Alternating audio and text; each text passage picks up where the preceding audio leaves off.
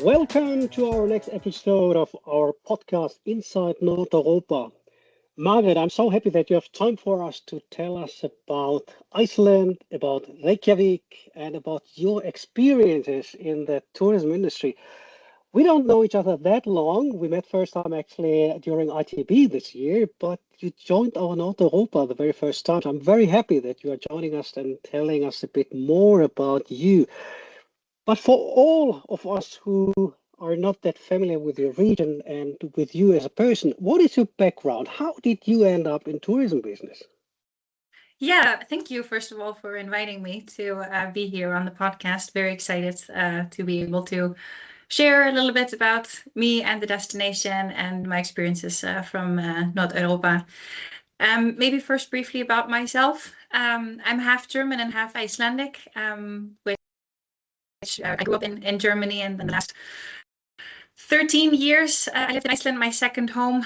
And so I think, yeah, sometimes I say that that gives me a best of both worlds kind of situation. You have Germans who are very organized, very structured, and you have Icelanders who like to live life a little bit more freely. And I think somewhere in the middle, I think that's me. I went into the travel business because I think tourism and travel has always been part of my life. Growing up in two different countries and having family in both of them, yeah, travel has always been an integral part of my life. And so therefore, when it came to choosing a career, I thought like, yeah, I think I'll just do that professionally. And I love Iceland, and I love Reykjavik, and therefore I think it's been such a lovely opportunity to be able to bring that destination to other people and to be able to show them, you know, it's always, yeah, it's such a unique destination, and I love it when people, when I can help people discover the destination and the experiences that I cherish so much about my home country as well. Fantastic. It's like you are introducing me, like being half Finnish, half German, and Yeah, not struggling, but loving to travel between two countries, growing up with that situation. So I really feel with you, and yeah, cool. That's really, really nice. When talking about your destination, thinking of tour operators in Central Europe, what are like the USPs, or what are the highlights you start with when somebody is completely new to Iceland or to Reykjavik? So where do you start from, and how do you would describe your destination? yeah, I think Iceland, and therefore, like, Iceland is pretty much known for its unique nature, right? When you hear Iceland, you think somehow like, yeah, that's nature. And what I always want to say, that's the same association that you can have with Reykjavik as well. So Reykjavik is the capital of Iceland. It's located about 45 minutes away from the Keflavik International Airport, so it makes it very accessible. And also what I think a lot of people sometimes don't know is how close Reykjavik is to mainland Europe. For example, it takes only 2.5 to 3 hours from Amsterdam to Reykjavik, and from Munich it's about 3.5 hours. So it's a very accessible destination. And by arriving in Reykjavik and by staying in the Reykjavik greater area, you can already see so much of what Iceland is famous for, because even though it's like the capital city and you might have these city annotations, it also is an area where you can see waterfalls. We have waterfalls within the city. We have mountains, we have the ocean, we can go whale watching, horseback riding, and all these things which are typically associated with Iceland. What Iceland is also known for is the geothermal energy and the heat that we utilize in our many spas and lagoons, geothermal baths. And Reykjavik is a great destination for wellness. We have 2 geothermal lagoons within the city, as well as 18 geothermal swimming pools. And my sort of secret tip for everybody coming to visit Reykjavik is always to go to our local swimming pools. It's what we do, the locals who live in Iceland. We go, many of us, every day to the pool. Wow. It's not your typical kind of pool because it's heated, first of all. And it also has several facilities like hot tubs, saunas, and steam baths. So it really is sort of like also this wellness aspect. And it's where we go to meet each other. Like, in other destinations, you might go to a bar or a cafe to catch up with people, but we go and sit in the pools and, Oh, cool. exchange ideas and how life is going. And that's also why we're really proud that like our swimming culture was recently recognized as an intangible cultural heritage by the UNESCO. So that's pretty cool. Fantastic. So that's always a secret tip I like to give everybody. Wow, so cool. Margrét, I know you have been on ITB, you have been at several trade fairs and sales workshops, being in the business for a while. Do you see any trends at the moment, or are there some changes when it comes to the consumers? Are there differences between the markets? Is there something you can share about your destination, or when talking to tour operators, what is the feedback from their side? Yeah, I think in particularly this year, I think we're seeing a surge in sort of safety. We have Right. a tense political climate at the moment. And I believe that sort of a lot of people are therefore looking to stay maybe a little bit closer to home rather than traveling to very far away, exotic destinations. When I'm thinking from the perspective of the DACH and Benelux markets, maybe I think that provides sort of this more focus of staying closer, which I believe is provides Northern Europe maybe with the possibilities to connect more deeply with the DACH and Benelux market at this moment. As I said, Iceland is not that very far away. It's a short flight away, and generally considered to be a very safe destination. So I think that's I think there's sort of this trend for this year in particular. Absolutely. There's definitely also, of course, the AI developments, which we're all very familiar with. And I think we as DMOs are still figuring out, the best way to deal with fake news about our destinations, fake images, and as well the fact that people are relying more on booking, their trips through AI. So I think that's a trend we will continue to see following, that we need to continue to follow. And then we are also very much focusing on the sustainable and the conscious traveling. We see, like when we look into research, we see that visitors are they're increasingly saying that they want to travel sustainability, but I think it's definitely up to us to actively give them the opportunities to do so, so that they can act on their desire to be also sustainable. And we at Visit Reykjavik, for example, we now launched a small marketing campaign in February. It's called Tiptoeing Reykjavik. And it's our invitation to explore Reykjavik with curiosity and by taking light steps through the different regions of Reykjavik.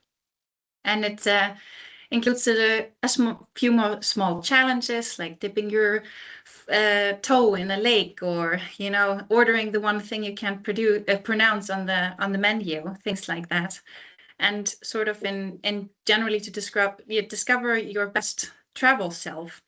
And I think that's if we, by focusing more on these sorts of messages and showing people the way, that we can really encourage this conscious and sustainable travel as well. Fantastic. You just mentioned DACH and Benelux before, and is there some, let's say, insights or a potential, something you would like to share, where you say, okay, there is definitely more to do or way to go, and maybe unknown when talking to tour operators? Yeah, I think most of all, I think that the sort of the shoulder season and the winter seasons have untapped potential for the DACH and Benelux market. The DACH and Benelux markets, they are very established markets for Iceland and Reykjavik, but the primary visitation is always in the summer. And we've seen that the summer keeps on increasing. And at the same time, we sort of know the travelers from the DACH and the Benelux market, they appreciate, smaller crowds, and also the benefits of the shoulder and winter season prices.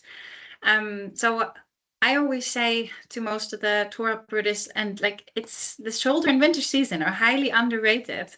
In particular, I think Christmas and New Year's are a great sort of time to push Iceland and Reykjavik as a destination. We have lots of quirky Christmas traditions, such as the 13 Santa Clauses.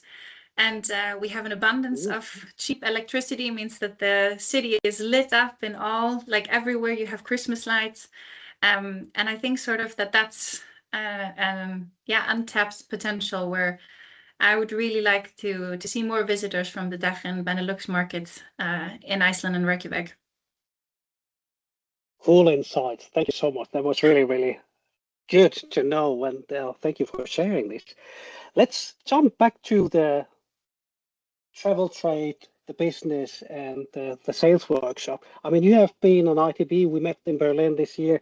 You joined the first time NORDEUROPA, and I know you have been in several similar sales events. When comparing those different types, digital and on-site, there are pros and cons, and of course, they are different depending on the market, and also when it comes to the buyers, they might be very, very specific, or they might be very general. What are your experiences so far, and when talking about NORDEUROPA, how do you prepare for that, and how you select your partners to have an appointment? Yeah, so we at Visit Reykjavik, we sort of looked at NORDEUROPA as a trial for us. Like it was the first time we participated in a entirely online held trade show. So I was really curious about what that was going to be like, you know, because I'm sort of used to this personal element that you have when you're on trade shows and such. But it was incredibly efficient, and that's what I loved about it. I was able to schedule over 20 meetings within 2 days, all from the comfort of my home office.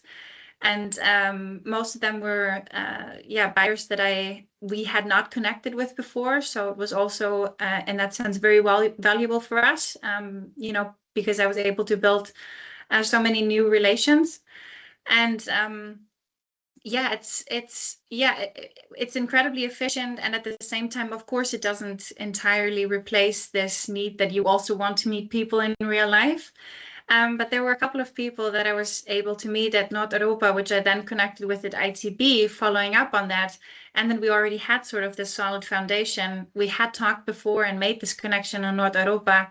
So meeting at ITB was then, you know, kind of we could keep on going with our already existing relationship. And I think that's, in that sense, that was incredibly, incredibly productive to be able to build on that.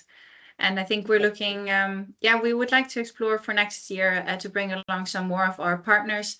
It is, of course, a great opportunity for smaller businesses who don't have as much capacity to travel and who don't have the time to attend as many travel trade shows. And as I say, it's efficient sitting down for 2 days if you want to and really, you know, commit yourself to it. You can have so many meetings within just a short time.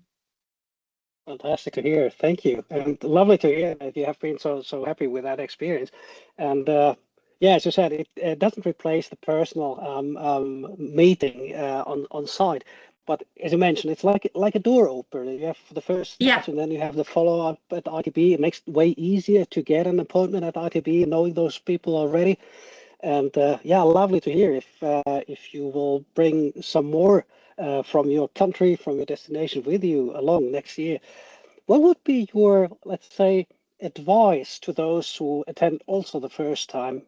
Is there something, especially compared to a traditional bigger trade fair, when going to such a digital event where you have a very limited time frame to present yourself and your services, what is important, and especially for the ones who are maybe new in the business, how to prepare for such an event and for those meetings? Well, honestly, I didn't prepare that differently for NORDEUROPA than I did for a regular travel trade show. I prepared my I was prepared in the way to present my destination. I was prepared to present it to people who are already familiar with it and just want to know what's new, and to present it to somebody who's entirely new to the destination, who's never been to Reykjavik, who doesn't have it in his portfolio. And I think that's sort of the basic preparation that you have to do. You're be ready to present your destination or your product. But whether I then do it online or whether I do it in person, that did not make a big difference to me.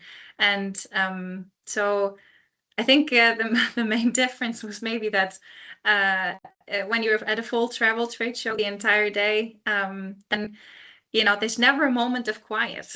You're always in the midst, and there's lots of noise, and everybody in between the breaks, someone's always talking to you. But sort of like with NORDEUROPA, I had my appointment scheduled all throughout the day, but then in between with the coffee breaks and everything, I could just turn off. It was quiet. Nobody was talking to me.